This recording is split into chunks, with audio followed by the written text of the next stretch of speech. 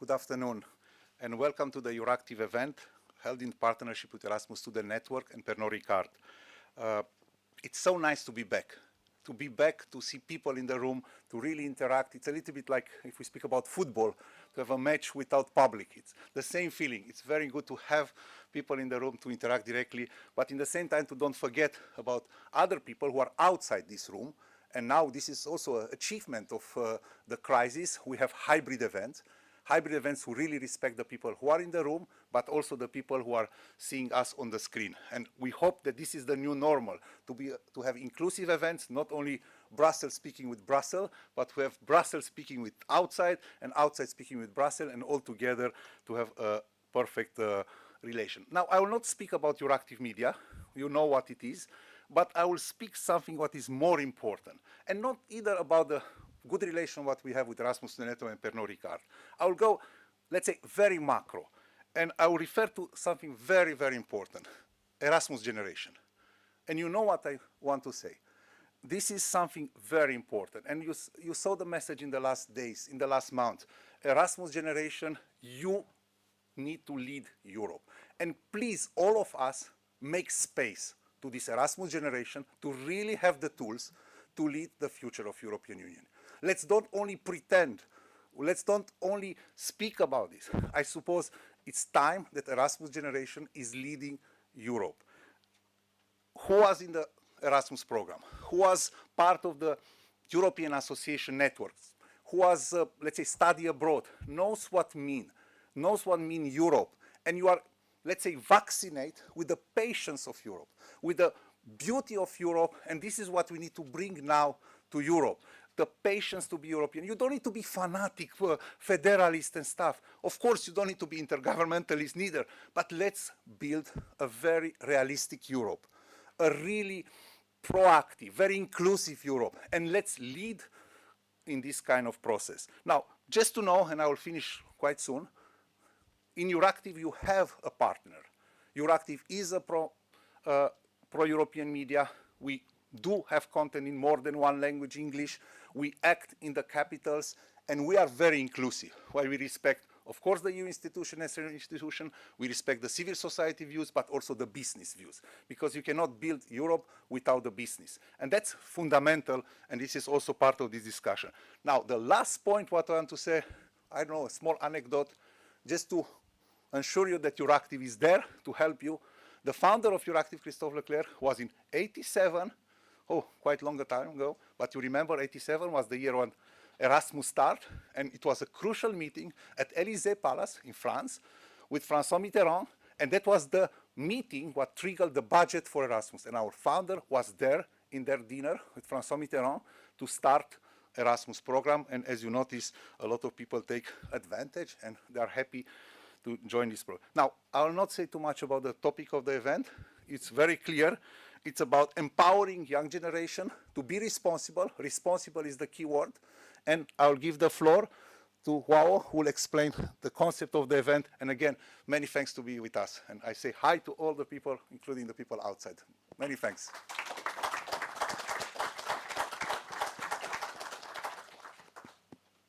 Thank you. 1, 2, 1, 2. Yes? Can you hear me? More or less. Great. Good afternoon. It's a true pleasure to be here with you this afternoon. Thank you, Dan, for the words. Your founder was there before I was born, and look at us. Here we are now discussing the same thing he was signing back in 97. And in this afternoon, over the next hour and a half, we're going to have the opportunity to look at the aftermath of the COVID-19 pandemic, especially looking at young people and the hospitality sector and where they cross. I'm not going to describe to you any of this, because I am surrounded by people that are way more experts in any of these things than I am. So over the next hour and a half, we will have with us 4 distinguished guests, in no particular order. First of all, me, I'm going to be the moderator. My name is João Pinto. I'm a professor and researcher at the University of Minho in Portugal. And I was also at some point in my career the president of the Erasmus Student Network. So it's a pleasure now, having been in so many different roles in this program, now being here as the moderator. But more importantly, with us we have these 4 distinguished guests. First of all, Alexandre Ricard, CEO of Pernod Ricard, one of the oldest partners of the Erasmus Student Network. Next to him is Kostis Ioannidis, the president of the Erasmus Student Network. And these two partners, these old partners, have invited two more people, two more organizations to join us today to discuss this common topic, this common concern we have, which is the COVID-19 recovery. Next to me, I have Marie Audren, Director General of OTREC, the umbrella association of hotels, restaurants, and cafes in Europe. And last but not least, Panayotis Hatzimirayil, board member of the European Youth Forum, the platform of national youth councils, international non-governmental youth organizations in Europe. Later, we will also be joined online by the member of the European Parliament, Nicolae Ștefănuță. He will join us for a live interview a bit later in the hour. But right now, before we jump straight to the debate, we're going to have a welcome message by Director General of DG EAC, Education and Culture, Youth and Sport, Mrs. Themis Christofotou. Please, let's hear her words.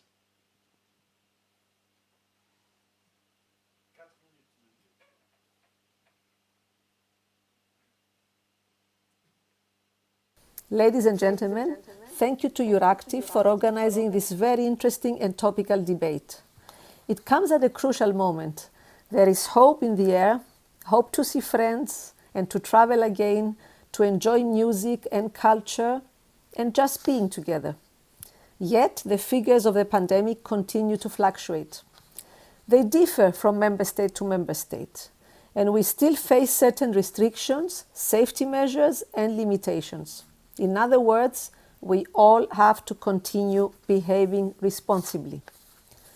Coincidentally, responsibility was the theme on which French high school students had to write their philosophy essay for this year's final exam, their baccalaureate, last Thursday, 17th of June.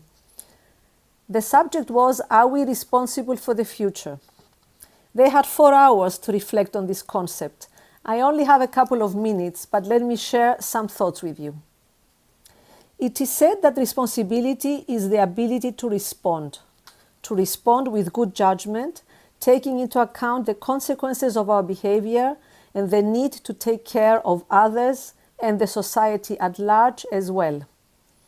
The COVID-19 pandemic was and still is a major test for young people and for people of all ages. It is a test of our ability to make the right choices when confronted by so many unprecedented limitations. A test of our ability to cope on a day-to-day basis with all these restrictions too. Nobody should be left alone in this trial. Public, private, and non-profit organizations all have a role to play in supporting young adults to first develop the ability to respond responsibly and second, to demonstrate and apply it. As European Commission, we have programs in place such as Erasmus Plus and especially the European Solidarity Corps, which help young people develop and demonstrate responsibility. At the same time, they offer new experiences and opportunities for connecting with others across boundaries. They embody this notion of responsible togetherness mentioned in today's manifesto. Only by becoming responsible of one's own actions and aspirations can we become responsible for the community, for our shared future. It is the empowerment of each individual that elevates society. Erasmus Plus and the European Solidarity Corps accompany young people in their search for their aspirations, their professional choices, and accomplishments. Participating in these programs also represents a personal journey. A new strand of action within both programs supports the greater involvement of young Europeans in decision-making processes and encourages them to become active and informed citizens, taking their full place in society in showing responsibility. With a great pool of young talents, resilient and active young people, the European Union, in that regard, is far from being the old continent. Thank you for your attention, and I wish you a very good discussion.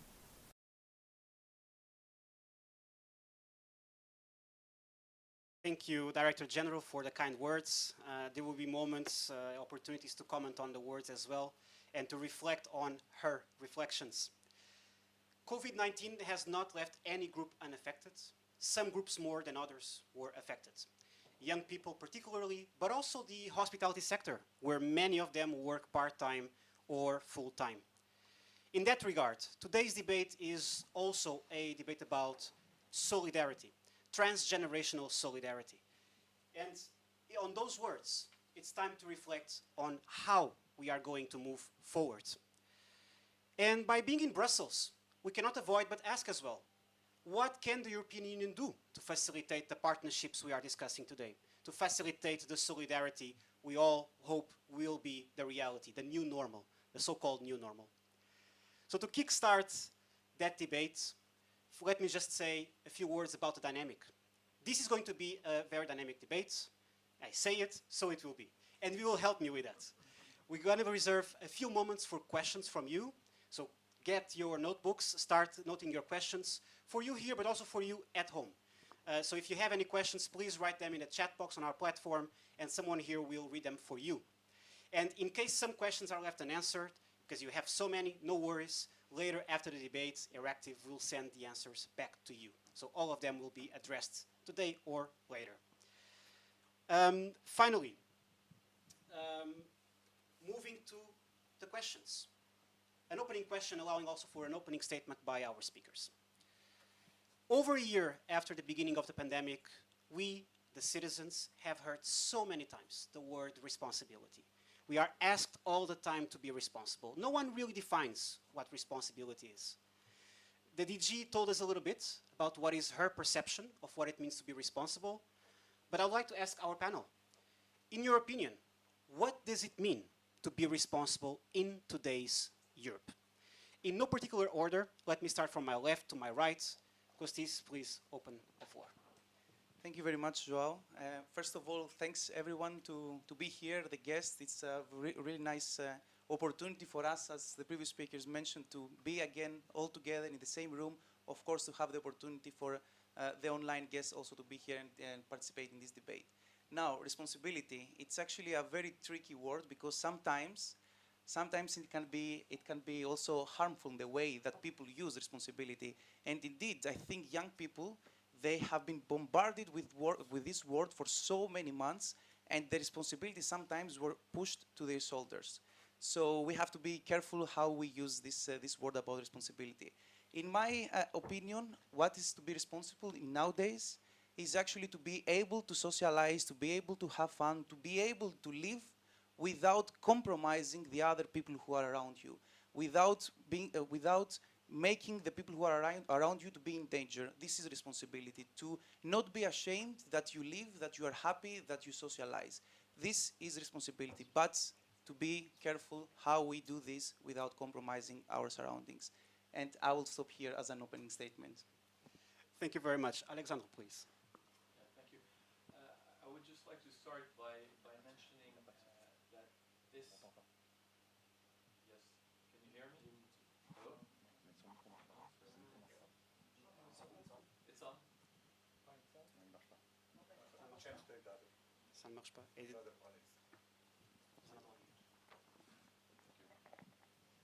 Hello?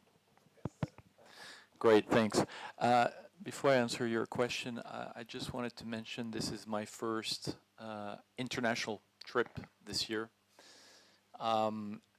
This is how important I give this event.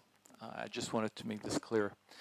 For me, by the way, I agree with what you said on responsibility. For me, responsibility is all about empowering people, holding them accountable for making the right decisions based on not endangering their entourage. It's as simple as that. When we say it, it's a little bit more complicated in real life, but I fundamentally believe in empowering people and holding them accountable. And you mentioned earlier on that this, you mentioned solidarity and generational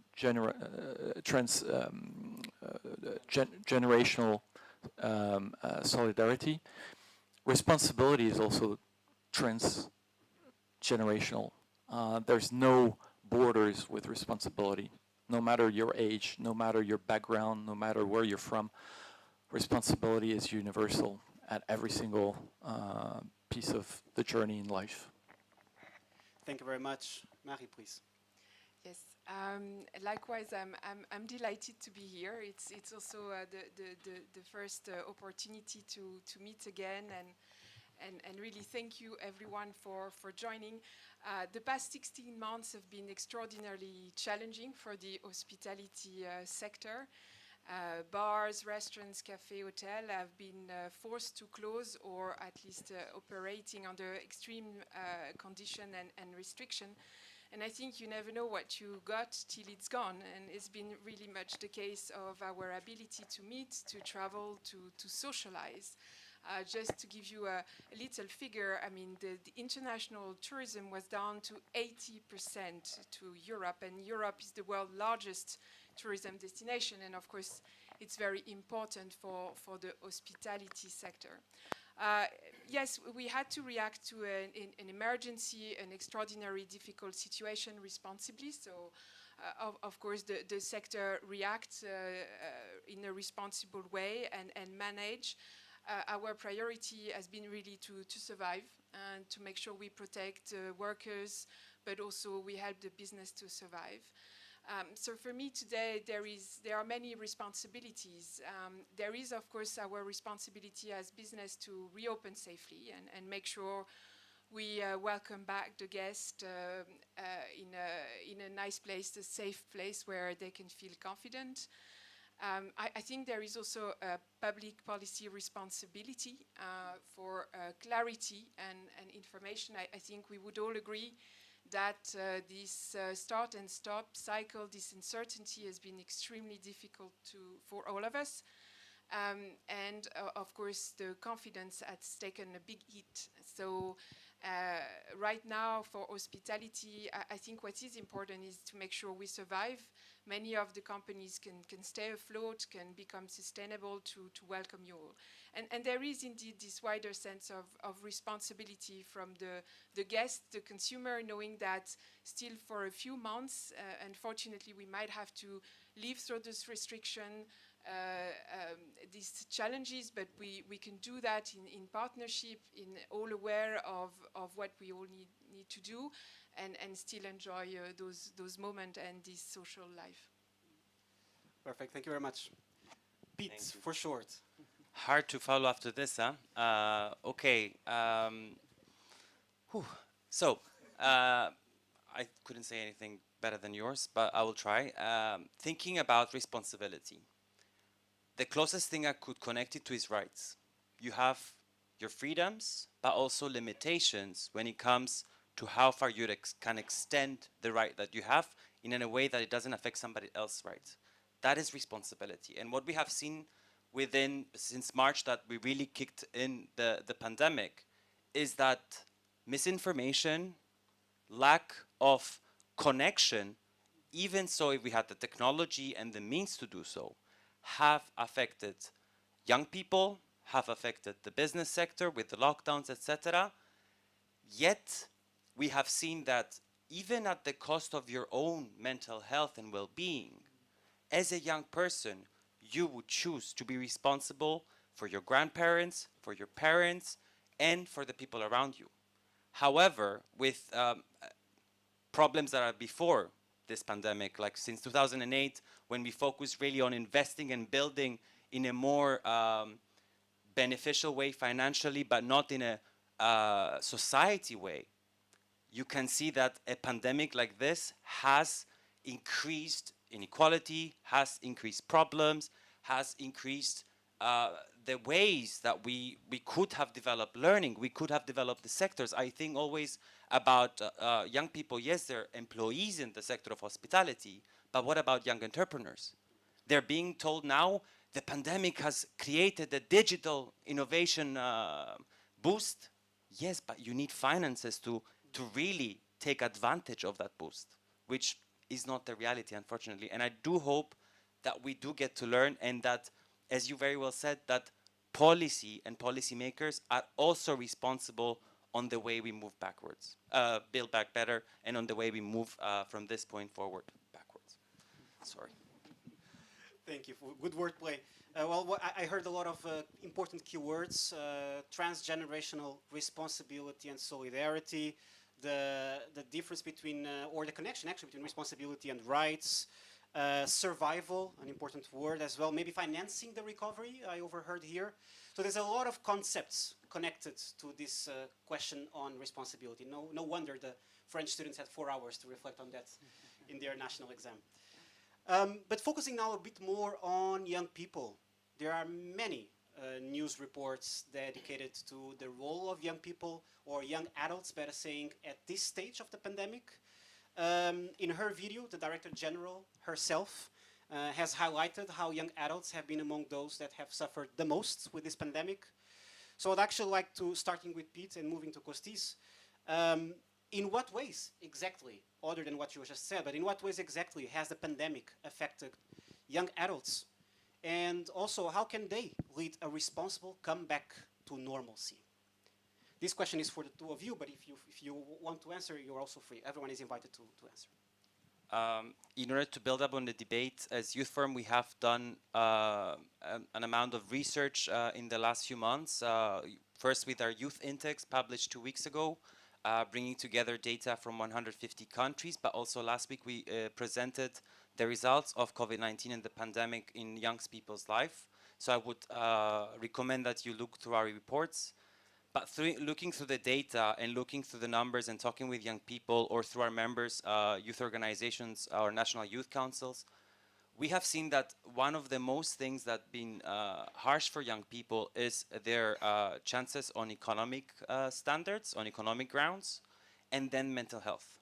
It has been absolutely difficult, talking also from a personal perspective as a young person, to cut off any possibility to connect, physically connect or emotionally connect with your family, with your friends, with your colleagues or students at the university.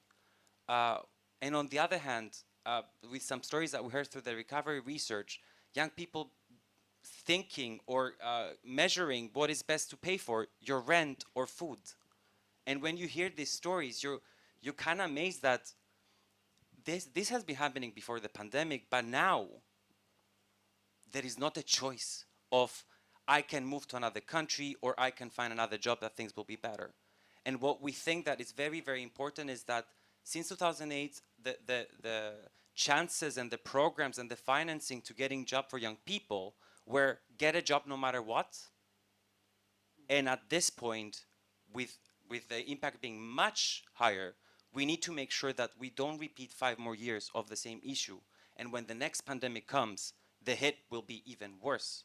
So for me, we really need to invest on what has been the positive side of the pandemic, learning from our mistakes, make sure that whatever policies, financing we put down, it's not a quick solution, short-term solution, that we aim in the long term, that we bring all stakeholders that have been affected, the hospitality sector, the organizations, the young people themselves, people that they come from different backgrounds and they have experienced exclusion much earlier than the pandemic, because they know best what can really lead up to a solution and to making things more long-term and more effective.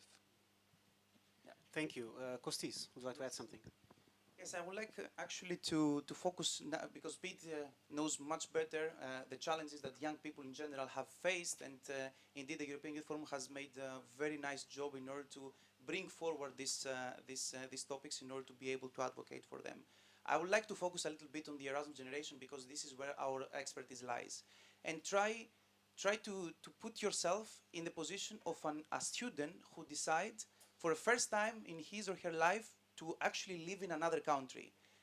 Like you are 20, 21, 22 years old, you take this brave decision because actually it's very difficult.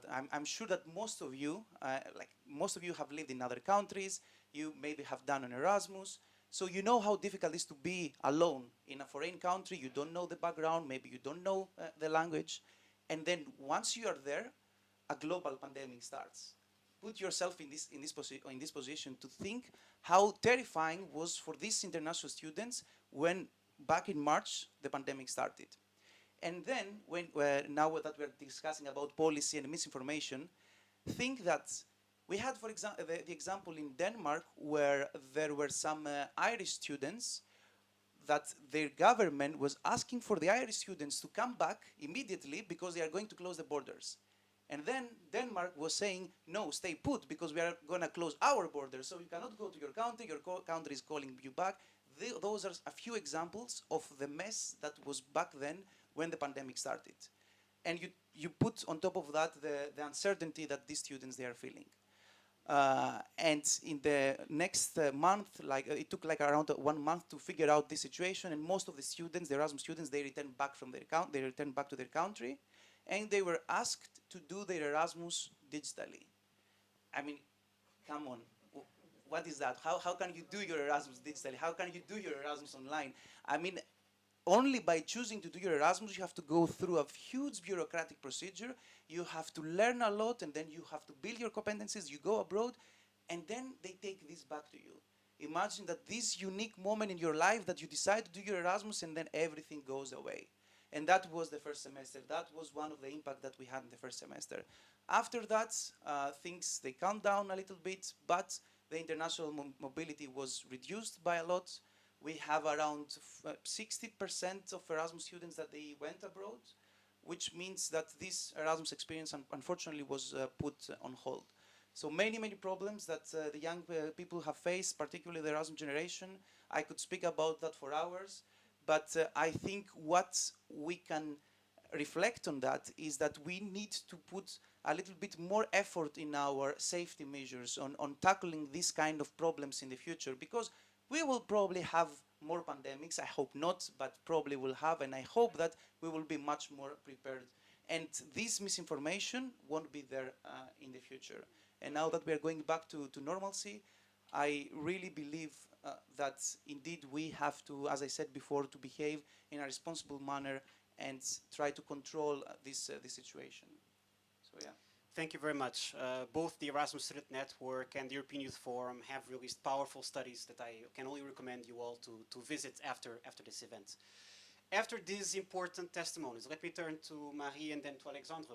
Let's talk a bit about the connection that we are actually establishing here today. This connection between the young people, or young adults, better saying, and the hospitality sector. What exactly is this connection? And further than that, what is the role that the partnerships that we are highlighting today can play for the COVID-19 aftermath? I'm sure everyone, anybody in the room can give me a very nice example of his connection to hospitality, but I have to say I feel really much about what you said about the moral impact and really mentally what this crisis has meant also, and from young entrepreneurs in the sector. I mean, three important connections come to my mind, but as I said, there are many others. Of course, economically, 20% of the workforce in hospitality is age under 25. So that's very important, and we know young people, women, are this vulnerable group who have been affected the most by the pandemic. We know that, but and so it's important for the workforce. It's important because it gives you sometimes the first real life experience jobs, but also it can offer a nice career. We are very mindful of the skills shortage right now in the hospitality, but we also know we have to be more effective to communicate that you can have a career in hospitality, you can be an entrepreneur, you can set up your company, but you can also enjoy and move up, rise up to the ranks. So that's really important. That's why as Utrecht we put very much a lot of focus on skills in all the recovery and policy at European Union. It's very important. Of course, the social connection, and I think you are the next generation, so we often hear about digital, green transition, sustainability, but you are the customers, you're the clients, you're the people who want new experience, who are looking for this diversity, this quality, and we have a role to understand and meet your demand. And last but not least, I want to mention, of course, the mobility, and I think, Kostis, you mentioned very well this confusion, this lack of coherence, where probably Europe failed at the very beginning of the crisis to really restore and look again at what it means to travel freely, the free movement, and have a better coordination on border restriction.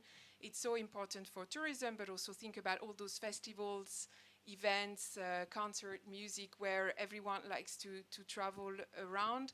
So we hope we are on the right way, but I think it puts really to a test the European coordination and what we want in terms of the EU setting for young people and moving around. Thank you for highlighting all this. And Alexandre, what is your opinion? Well, listen, the links are quite obvious. You have the professional link and the job opportunity link, the entrepreneurial link, and the personal link, the social interaction. You know, that pandemic declared war against conviviality, and the perfect place to meet people, to gather around, to celebrate together around coffee, tea, drinks, is the hospitality industry. And this has had, and it's fair to say, a disproportionate negative impact on mental health, especially around young adults. And this is a real catastrophe, socially speaking. And I believe if I take a responsible party can be the perfect platform to go back to socializing in a responsible way, going back to our earlier discussion on responsibility. And I think this is absolutely necessary for people to be able to reconnect, for people to get back to socializing. You know, what this crisis proved is the absolute need for people to connect together. So that's, for me, the link. Thank you. So there's a professional link, an economic link, social link, a convivial link, many, many connections. And now this is the moment I turn to you, first here in the audience. You can ask questions to the panel or just your own statement in case you are representing an organization. Up to you. Just raise your hand and the floor is yours. Someone is going around with a mic. Who would like to intervene?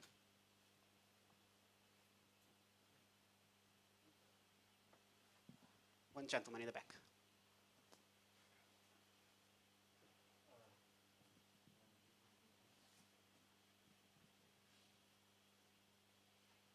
Hello, my name is DJ Licious. I am a DJ producer, and well, I've obviously been affected professionally a lot by this crisis. On the other hand, my brother is a lung specialist, so he has been on the other side of this crisis, and he had a lot of work and a lot of trouble processing this whole pandemic. I just wanted to make a statement that I think is really true, because I have a lot of people that interact with me, fans, young people, vulnerable people. They all were really upset about the way that adults look at them and the way that they are not taking serious at all, and is something that has been not put enough light on, I think, in previous months, and not even now, because again, with the news that just hit us with Tomorrowland, they are doing everything they can to have this responsible party. I think we can all agree that Tomorrowland is the absolute world standard of service and hospitality and following the rules into perfection. And well, that is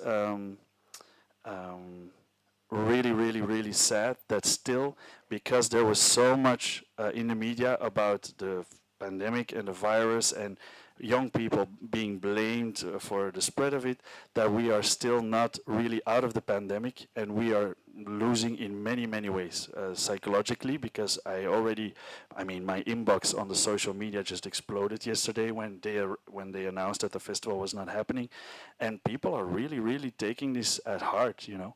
And I think politically there is not enough attention for this problem. And I think we should really, really organize something and make our voices heard, because this is really not okay.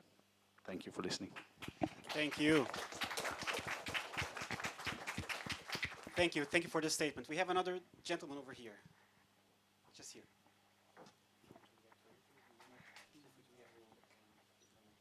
Thank you very much. I was trying to unmute myself, but I didn't find the button. Ignacio Sánchez Recarte, the Secretary General of the wine sector. So you were talking about responsibility. You were talking about the responsibility of consumers, responsibility of companies, responsibility of the HoReCa sector. What about the responsibility of governments? Do you think that the measures that the governments have taken during this pandemic were 100% responsible, knowing the effect they will take? We have seen the dry law in the US and the response of the population. We have seen in many countries the response of not just young, but everybody has organized sometimes illegal parties because they needed to connect with people. We have seen some legal responses that have put people, like the DJ we were talking, or before, or the HoReCa sector, as break families, lives, economies. So do you think that governments have been putting too much responsibility of citizens and not sufficient responsibility on the consequences of their laws and acts? Thank you. Thank you for the question. So we have a statement and a question. Would the panel like to react? Pete, please. Now can be the first one. So on the part for the first statement, I think it's quite important to understand that finding the easy target and creating somebody to blame, it takes a lot of attention out of your responsibility, talking about responsibility. However, we need to understand as well that the fear of the people and the responsibility they have towards their constituents and their citizens. The issue here is not that one has a responsibility or more fault than the other, is that they don't come and talk with each other before taking any decision. And that connects to the other part. The key issue here, I think by the first months, we are quite harsh with our governments and the politicians because they didn't know either. But I think we passed that moment of you didn't know. You are at the point of a third wave. Therefore, I believe it's quite evident that now science and the health sector has been closely following every single step and how does the pandemic or COVID, the virus itself, develops and interacts or expands through the social interactions, partying or whatever. The responsibility we have is that before we take any decision like uncoordinated lockdowns, is that we bring together all that they're affected, hospitality sector, universities, students, schools, which they have been also affected. We closed schools and we went for digital without asking the teachers if they know how to do it, if they have the capacity to do it. And then for all the first liners, they didn't even have a place to leave their children while being at the space that they need to be out of home. So the point there is I wouldn't judge them in a way of how are they doing it or what is their responsibility. Yes, they do have a responsibility towards another group, towards a more, let's say, political impact in their career. Nevertheless, a way that will help really to move forward is to bring you and the people affected and say, how can we make this work? It cannot be that we were with the Portuguese presidency now in Portugal, it cannot be that we managed to have an event together and safely and not being able to do something like this that can really help interact. Youth spaces, I don't know, open spaces for partying. It could be something more coordinated by engaging everybody that can really come with new ideas. Thank you. Marie, please.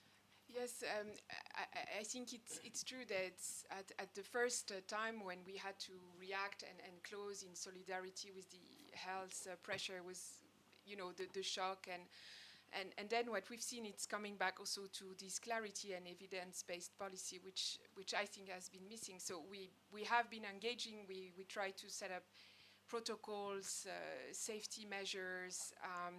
But this has been really challenging. Of course, I see, and really also this stop and go. The fact, the sentiment that you can't really get grasp of what is happening and you just have to suddenly overnight and stop and close all your business. And maybe this perception that you can open it right away really easily. So really this losing also the connection and the commitment. And I think it's really heartening to hear the commitment and the willingness of young people, your organization also, to really push for that dialogue and conversation with everyone, because we're gonna have to live with this pandemic and many more other for the time being. But agree, Ignacio, that really there were extreme reaction and disproportionate. That's clear. Thank you. Any word from this side? Sure, sure. First of all, as a fan and a supporter of Tomorrowland, I have to say that when I found out about these recent news, I was quite saddened. And by the way, I don't understand. I think that at this stage, and then I'll go back to the second question because it's probably linked. At this stage, 1 year and 2 months after the pandemic was declared, we should be in a position to learn how to live with this virus. And this is a perfect example that we're failing to learn how to live with this virus, because I do believe there are many, many solutions to make these events happen again in a secure environment with specific protocols, and this should happen. And instead of this happening, you're going to have loads of small parties here and there, which would be 100 times less secure. So I live this profoundly as a failure, and I don't understand.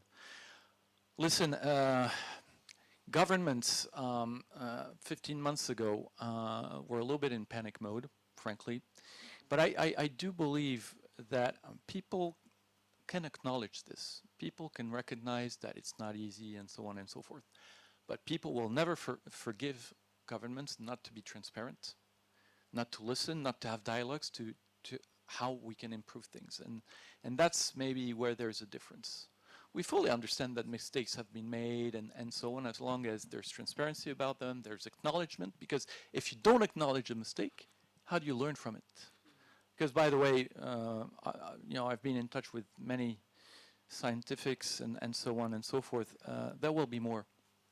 So we really need to learn from this experience so that next time we're better prepared.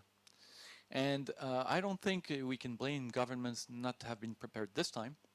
We can blame them for lack of transparency, as I mentioned. But next time, we cannot forgive them for that. And finally, just one point, it drives me crazy when I hear the senior population blame the young adults for spreading this disease. Now, who's responsible for the state of the world today? That is going to go into your hands, and you're going to have to deal with this kind of mess. So this is something that drives me crazy as well. Thank you. Finally, Kostis. Yes, very quickly, I do agree that we cannot blame the governments because they are not prepared, especially at the beginning. Now, indeed, we are in the third wave, a fourth wave might come. So now we don't have enough tolerance. I believe that if more similar mistakes will be made. And I believe that indeed it's a very difficult situation, but there are some governments, talking about the responsibility of the governments, that they are actually taking the approach of scolding the citizens. It's your fault that we are not reaching the targets. It's your fault that we, the governments, we have made all the measures, and if we are not reaching the targets, it's not because our faulty, let's say, policy, it's because you are not responsible. And sometimes the blame to young people is even higher. The European Youth Forum, they wrote a very nice article at Euractiv about the blame game of generations. I invite you to read it. It's actually very very nice. And this blame game of generations actually at some point starts from the top level, because we are pushing the ball to other people, and then we're trying to find, okay, where was this mistake? And we do not acknowledge the mistake. And we need dialogue indeed, but in some cases there is not space for dialogue, and this is what we have to change. Thank you very much. Thank you for the questions and the remarks. There's going to be another moment later in the evening where you can ask more questions, and thank you for your answers as well. Now, this is an hybrid event, and in this new normal, so-called new normal, hybrid, I think, will become the normal. At some point, we'll just assume it's hybrid, the event. So on that spirit, We are now connecting to MEP Nicolae Stefanuța. Yes, here you are. Welcome. Thank you very much for joining us in this afternoon. Well, I have just here a few questions for you. If you could share with us your impressions, a bit more institutional, and then later also discuss them. Well, you are a member of the European Parliament Committee on Environment, Public Health and Food Safety, so I think very much on point for today. As businesses reopen across Europe, what role can play the partnerships we are discussing today to accelerate a safe and healthy European recovery? Please, the floor is yours, MEP. Thank you. Thank you, and I really appreciate you taking time to pronounce my name in a very Romanian fashion.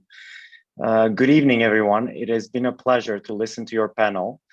And I'm always reminded of the verse by American poet Mary Schmick, who said that beauty is wasted on the young. And that was always something that kind of puzzled me. How can beauty be wasted on the young? And that made me think that to transfer that verse that has always puzzled me into something else, I think the crisis was wasted by the old, if I may say so. Because a crisis is always a gateway for opportunity as well. A crisis is never comes with the other side of the medal, and that is the opportunity. And I'm afraid to say that some of us or some of the political class have wasted the crisis, and they could have done better and make it into an opportunity. And that has led to the fact that, unfortunately, the young generation of Europe has suffered a lot from the crisis. I mean, the psychological impact of the crisis has been truly, truly extraordinary. I saw numbers rising as regards depression, as regards social isolation, as regards all these things that society don't really factor into the GDP, for instance. But we will be obliged to factor those in later down the line.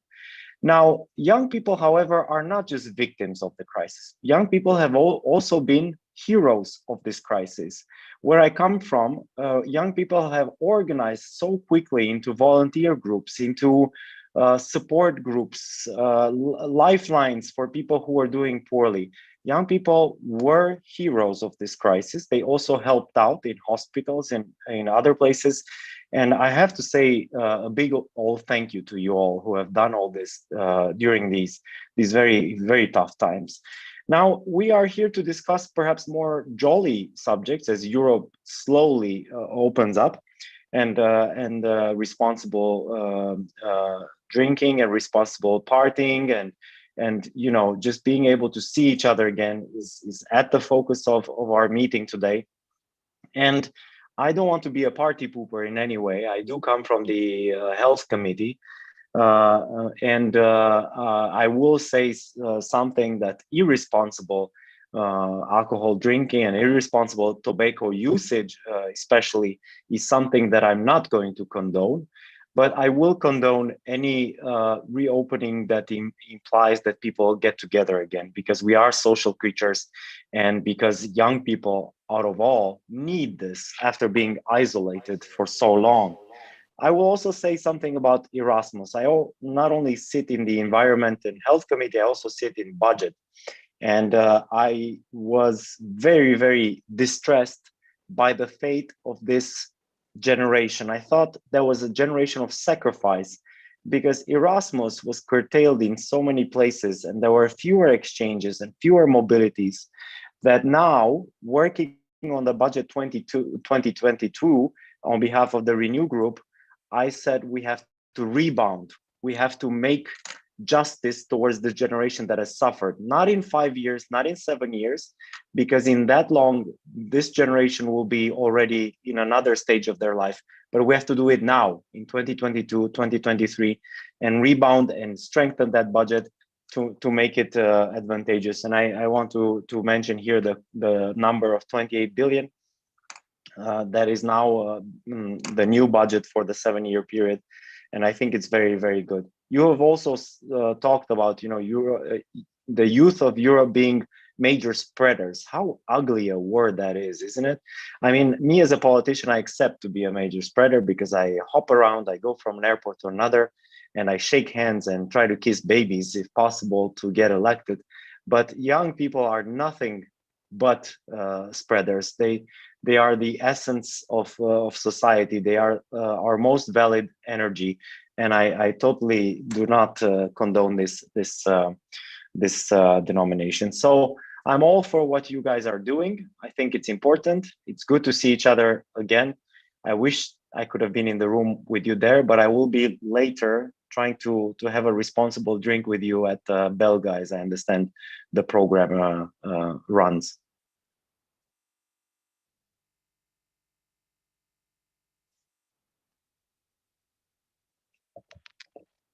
Can the partnerships we are discussing here today, you don't hear? Can you hear me? I hear you now, yes. Yeah, I hear you perfect. now. So I'm sorry. So I was just asking, can the partnerships that we are discussing here today be replicated in other fields, in your opinion, given that you are working as well closely with young people? And more practically, what can the European Union and member states do to make sure that this recovery is one that as well includes young people in an adequate manner? That's an excellent question. Of course, it can be replicated. Of course, business and the young people and NGOs need to work together.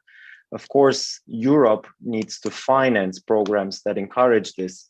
That's why we are so strong, not only behind the Erasmus program, but also as regards youth entrepreneurship, as regards the volunteering corps, as regards, hey, by the way, that's not really your topic, but we are working very hardly on the civil protection mechanism, on trying to combat climate change and things like that, and having a European core of volunteers or of people trained on sustainable action. I think that's a wonderful new opportunity that arises with the crisis. I'm thinking, for instance, of a project called the European Green Belt. Check it out on Facebook or on YouTube or whatever. It's really awesome. It's on the border, on the former Iron Curtain. The biodiversity is really great because people were not allowed to be anywhere near. So now it was a project that was supported by me and Jutta Paulus, a German Green MEP, and we are financing programs to train young people to become active in sustainable tourism, and I think that's pretty cool. So yeah, those kind of partnerships are really important with the industry, with the public sector, with the European Commission, with us in the European Parliament. So keep it up. Now I'm going to pitch something that's not been in the discussion probably today, because we have a huge discussion in Romania going on about sex education. And as you might know, we are not the most progressive country in the world. I try to bring more progressive topics to the country, and I'm fighting an uphill battle. But one important thing for me is our responsibility also as regards combating sexually transmitted diseases and HPV, especially because that is linked. And I work a lot on cancer issues, etc. And I take this opportunity to pitch for this because you young people have an active role in trying to curb this by being responsible in everything you do after you drink. Thank you. So many dimensions of responsibility that you are working on your daily basis. One last question before I let you go. Can you hear me? Just to check. I This do. is the new question. Yes, I can. All right. So, well, you already numbered a few, but highlighting the 1 million euro question. If you had to highlight one policy or one action as the key action after the recovery to support young adults in their path back to normalcy, what would it be?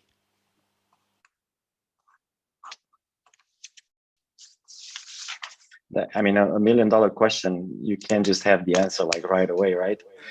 Take your time. We have time. Because it wouldn't be worth $1 million then, no? But I think mental health.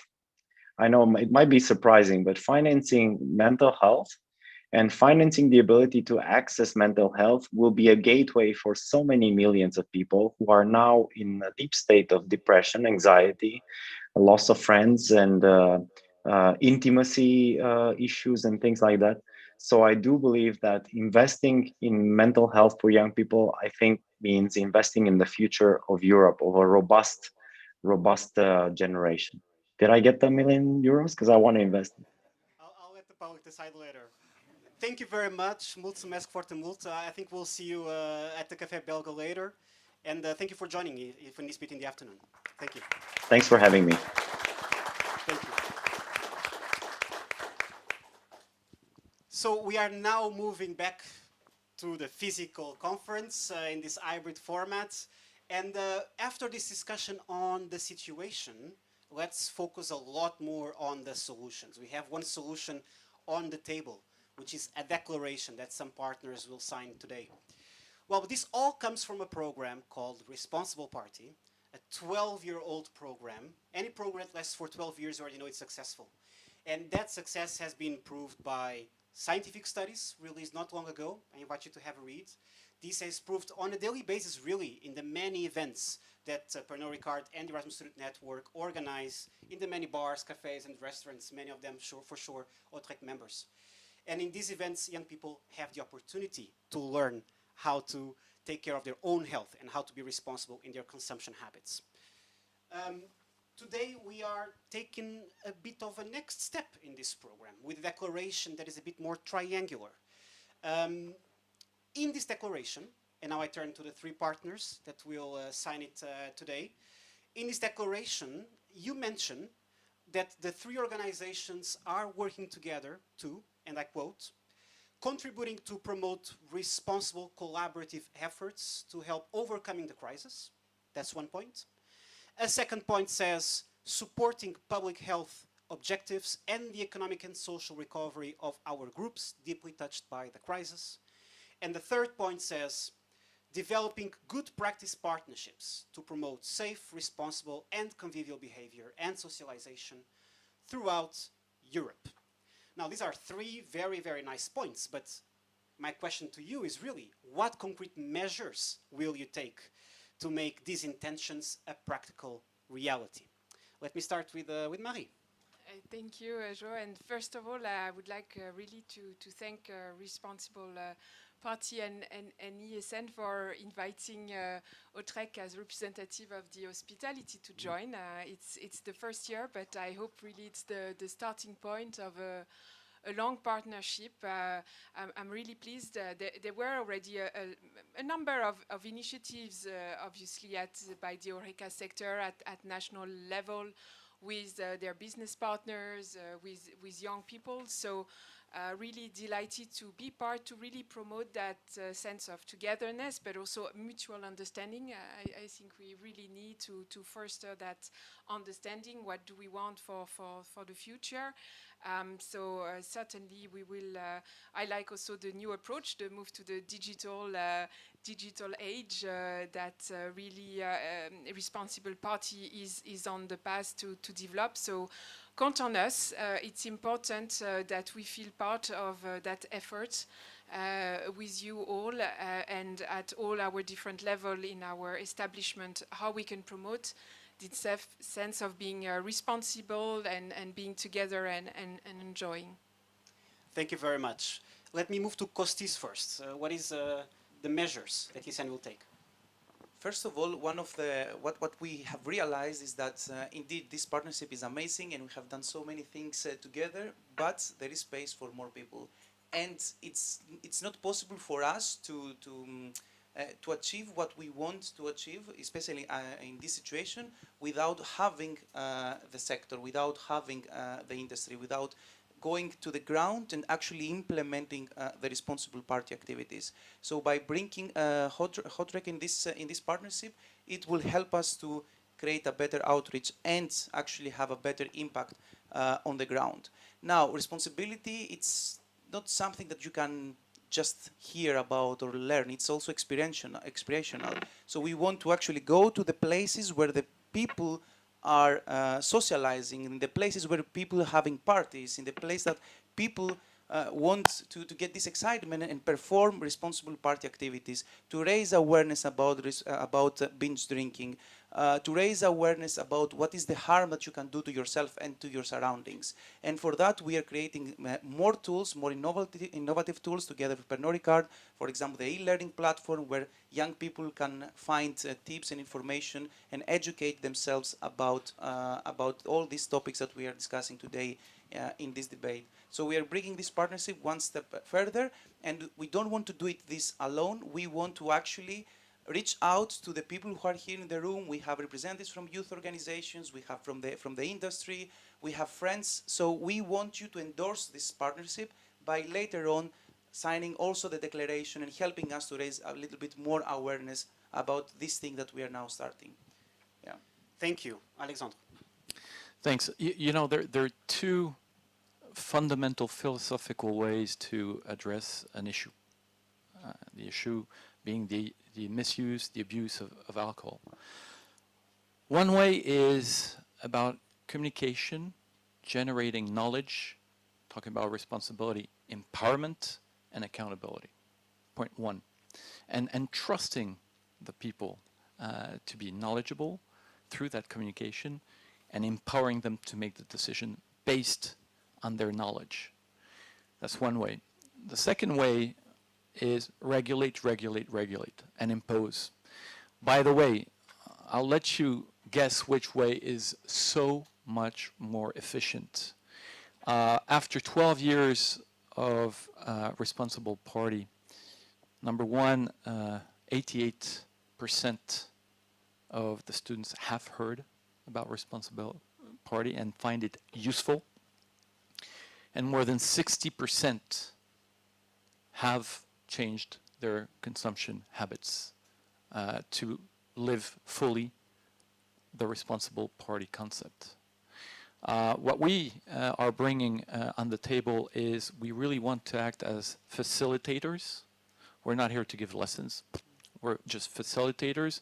We have a great network, of course, of people who know a lot of accounts of cafes, of hotels, of restaurants. We have the toolkits, we have the information, of course. And by the way, talking about the opportunity a crisis can generate, digital enhancement and the fact to have a much greater reach thanks to digital in terms of the right messaging and therefore sharing the right knowledge to therefore empower people. That's what we want to bring to the table. Thank you. And Pete, partnerships being created, a specific partnership right here. Is there space? I ask you the same question I asked to the MEP. Is there space or opportunity for more partnerships as such in other fields? And I also want to poke you a little bit. You are a board member of the largest student organization or umbrella of student organizations and youth.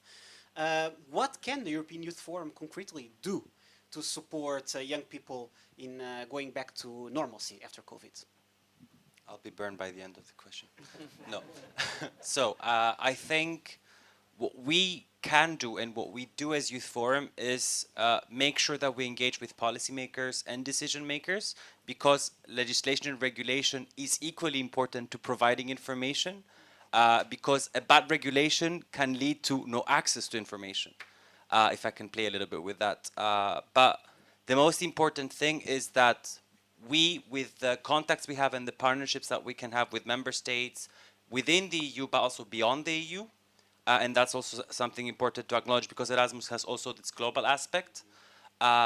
We try to bring together all stakeholders or to always raise awareness to policymakers, decision makers, that yes, it's good to listen to young people, but it's much better when you engage with them. It's much better when you really co-create and empower them in creating a policy and implementing a policy and evaluating a policy every time as you go forward. And on the partnerships level, I think it's very important to see these things coming forward, because as youth organizations or national youth councils, we always collaborate with the hospitality sector to do our activities, to have the hostels to bring the young people when they interact together, be students when they want to socialize out with the local people. So it's very important to acknowledge as well when it comes to the more private and business sector, that we really need to be together as well, because many times some of the programs that we see running from the EU on the young entrepreneurs or activities that we do struggle a lot to maintain a sustainable and a more long-term relationship. And I think now the pandemic gives us the opportunity to go for a sustainable, green, and digital partnership. Because I do acknowledge what you were saying before, but some groups that we really forget are people who cannot exit the house with or without a pandemic. Are people who cannot finance themselves or through the European programs to be mobile.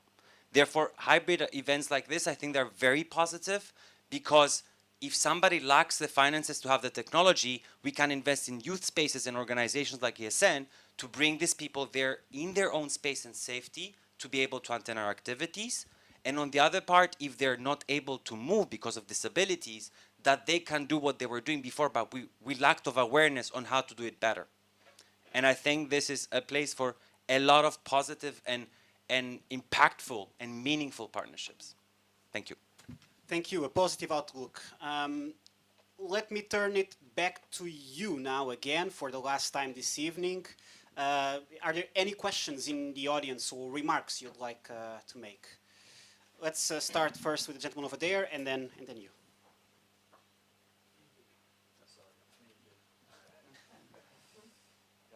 The reason why I'm going back is because I'm also an ambassador of responsible partying. I think this is an amazing initiative, and I also think that making young people understand responsible partying and all those things is very important, but I think we're losing, and the declaration is a very good start, but I think we're losing a very important point out of our sight, and that is the fact that older people should also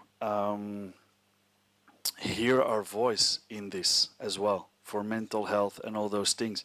Is not on a wide agenda. Everyone here is in a like-minded mindset, but I feel that if you talk about mental health, about responsible partying, that there's a lot of disbelief and not a lot of support from older people.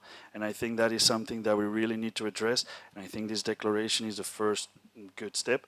But also, with all the initiatives that we are taking, we should also make a louder voice to the older generations, telling them that this is a real problem that has been ignored in the past, because you're not going to tell me that mental health didn't exist 30 years ago. It was just never named.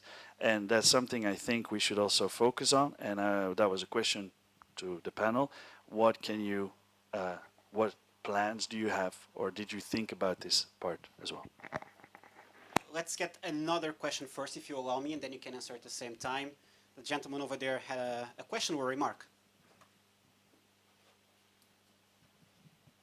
Hello, my name is Darwin. I am from ESN. I was a local president in Kortrijk when last year when COVID started. And something I noticed was with the information that we had, it was putting a lot of strain on us, on the partners, on the students, on everybody around us. I went on Erasmus last semester where I saw the same thing happening in Budapest I was then from the standpoint of an Erasmus and not a volunteer. We saw the same thing. And it's a big relief and exciting that we see something hopeful coming out of all the misery and seeing something like the declaration. So I think it's a big step in the right direction. Thank you. Thank you for the positive message. And over here as well.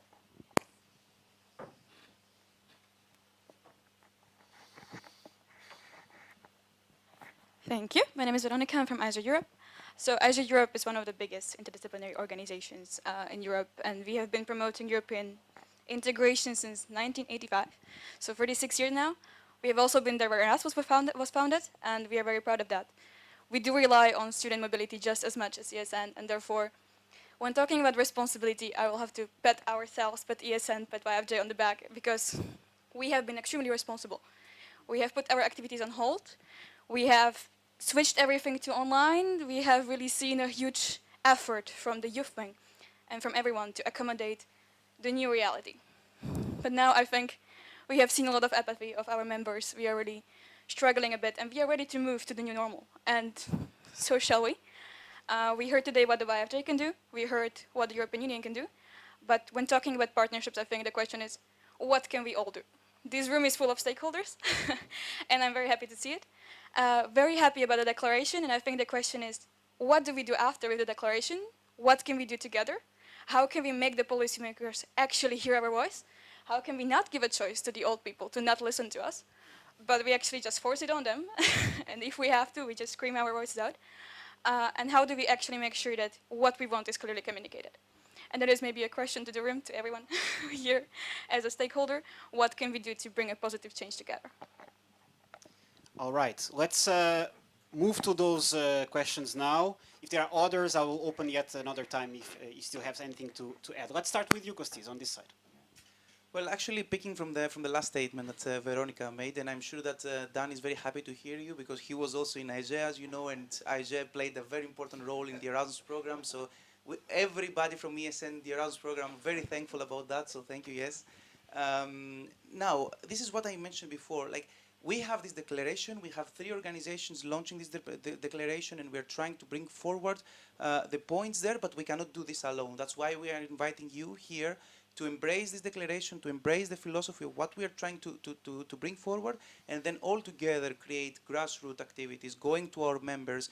In IGE, you have so many local organizations around Europe, ESN the same. The European Youth Forum can also support the member organization of the forum. So all together we can bring the points that, that this declaration asks. And I'm very happy to hear that ELSA also wants to support this declaration. ELSA, the European Law Student Association. So you see we have so many different stakeholders that they are joining us, and this is what we have to continue doing. Not just signing and putting it on the website, but actually take actions and bring it to our members. And we are not only the youth that we are doing that. We need the industry, we need the business, we need the policymakers. So let's make a little bit of noise and let's push everybody to the right direction. This is, I think, what is our challenge now. Yes, maybe 3 words. First of all, communication. If we want to be heard, we need to communicate, communicate, communicate. Why we're doing this, what it turns into and the results, and we need to hammer the communication regularly. Second word, amplification. There are a lot of people here. We all have networks. We need to amplify this communication everywhere. And the third one, which I think is still the biggest challenge, is support. Support from the EU, support from governments. We want official bodies to really recognize and support what is being done, the success, and really get their support so we can amplify it as well in terms of actions and enroll more students in this program. And this is where I still think there's still room for improvement, because the more support we'll get from officials, the more they'll talk about it, the more they'll be in a position to acknowledge that there is a fundamental issue and that there is a solution to that, or a set of solutions to that issue. And there's still some work to do. Thank you. Marie, please.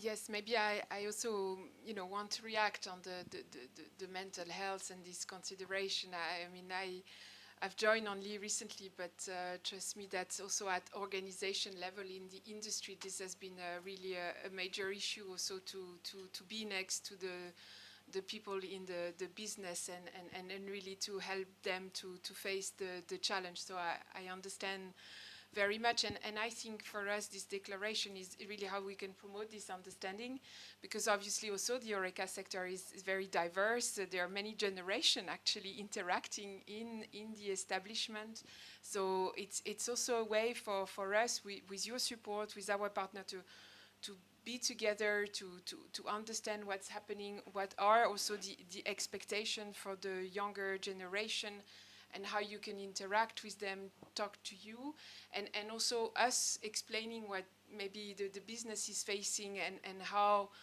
we understand, and we need to play that and go through that crisis, because there's been a lot of positive energy and hope today, and that's really important. But look, for many of the business and small companies in the sector, it's still a very bumpy and uncertain and road. So I really hope these places where you like to meet, socialize, eat and drink will still be able to be there and offer you that experience. So that's still a challenge for us.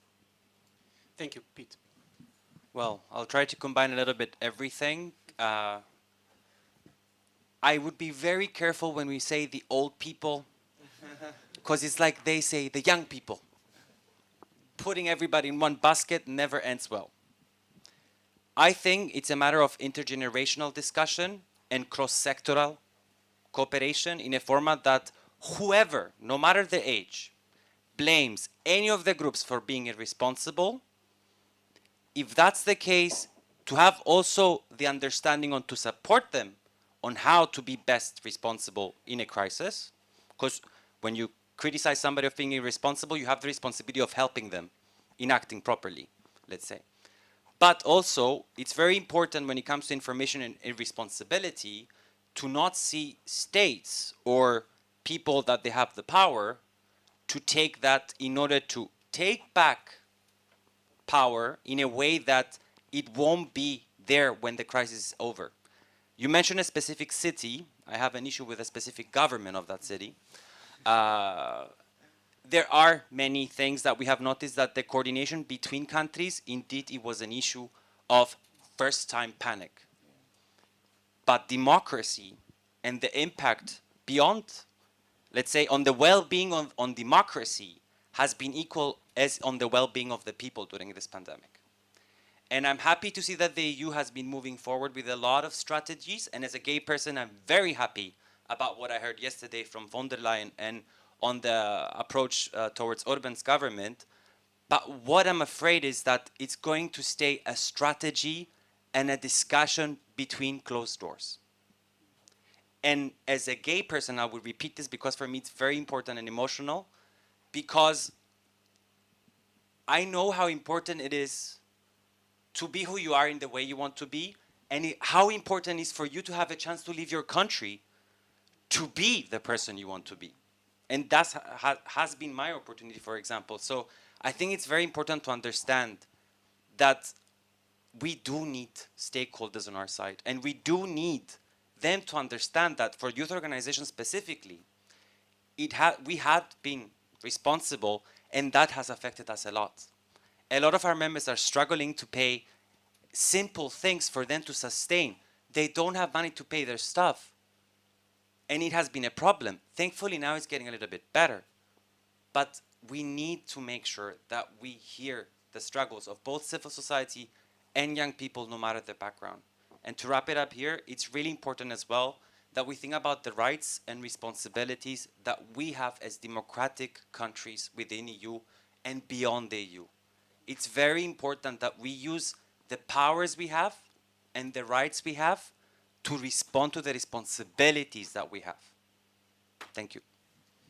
Well, we would have, you want to react, we would have a lot of time for discussion, I'm certain, but unfortunately I'm going to have to skip the next round of remarks and questions, given the hour.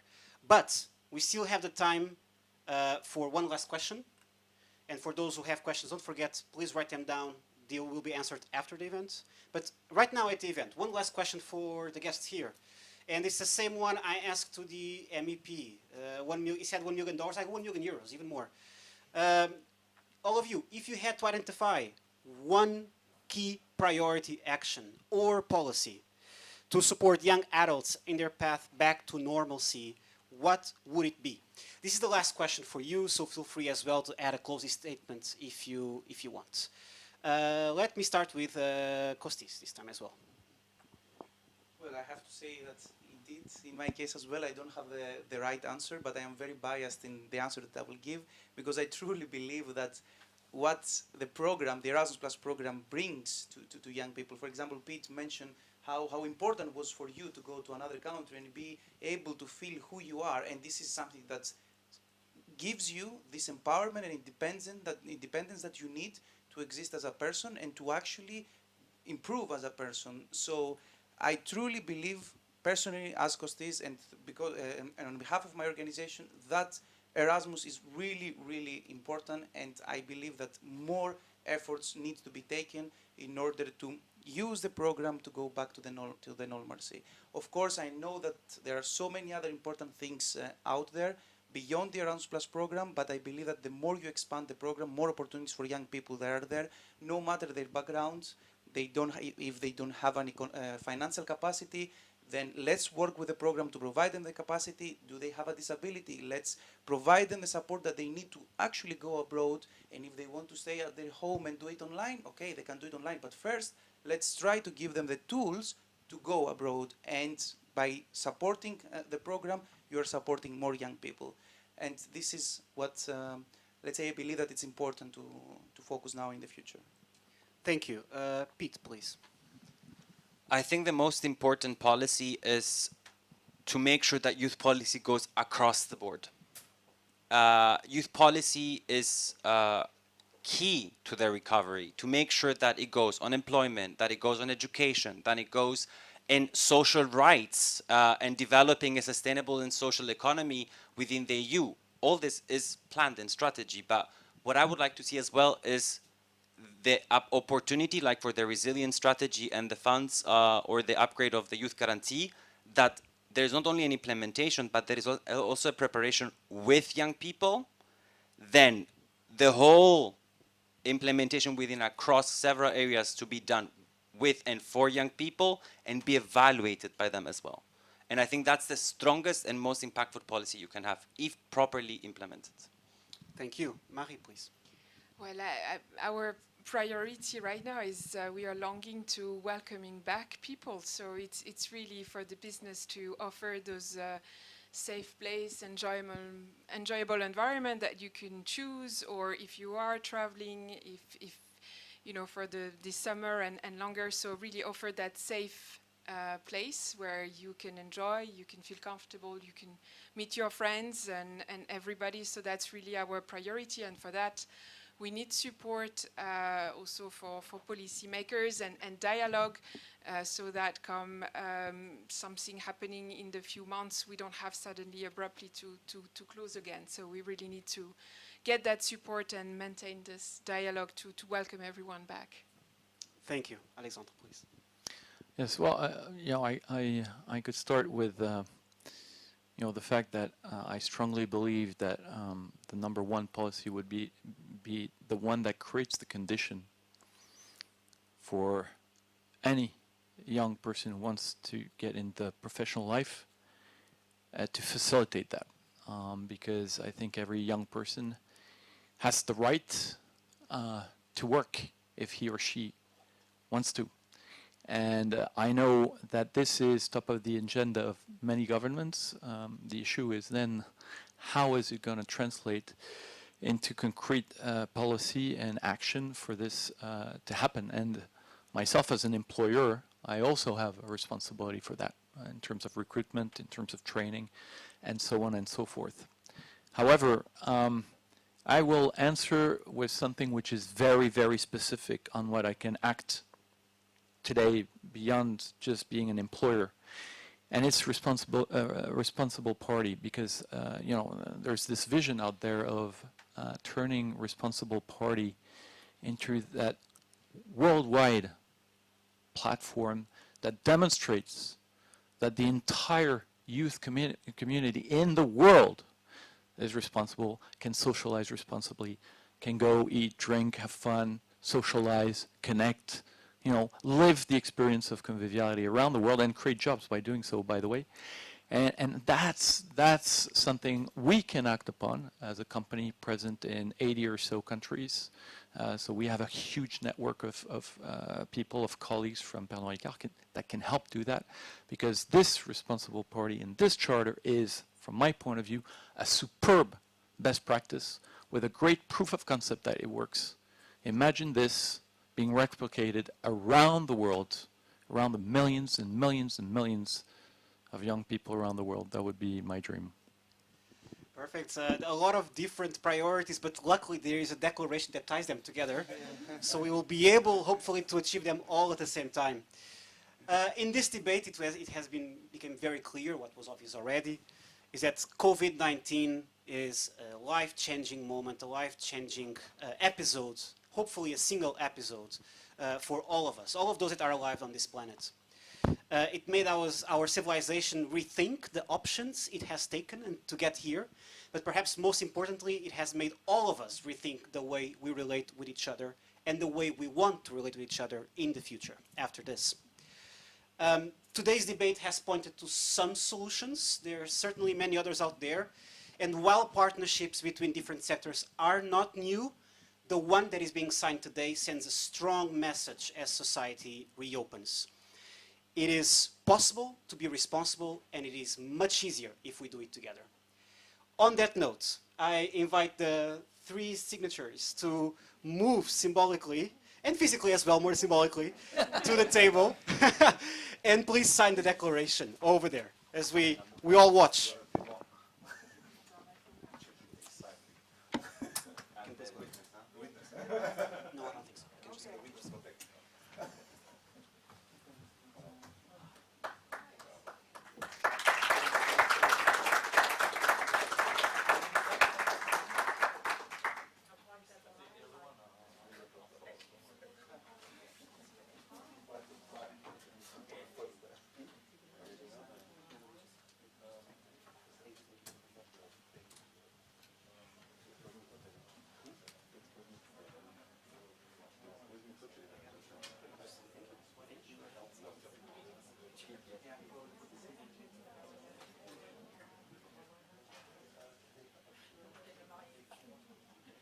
So can you please show us what you have signed, just so we all see it's true, it's not fake. There we go.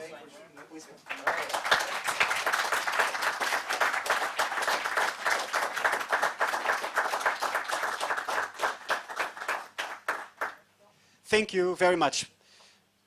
Still take a picture? Great, great. Thank you very much.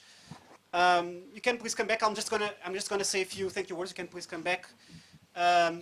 Thank you very much, Marie Costis, Pete, and Alexandre for the debate today.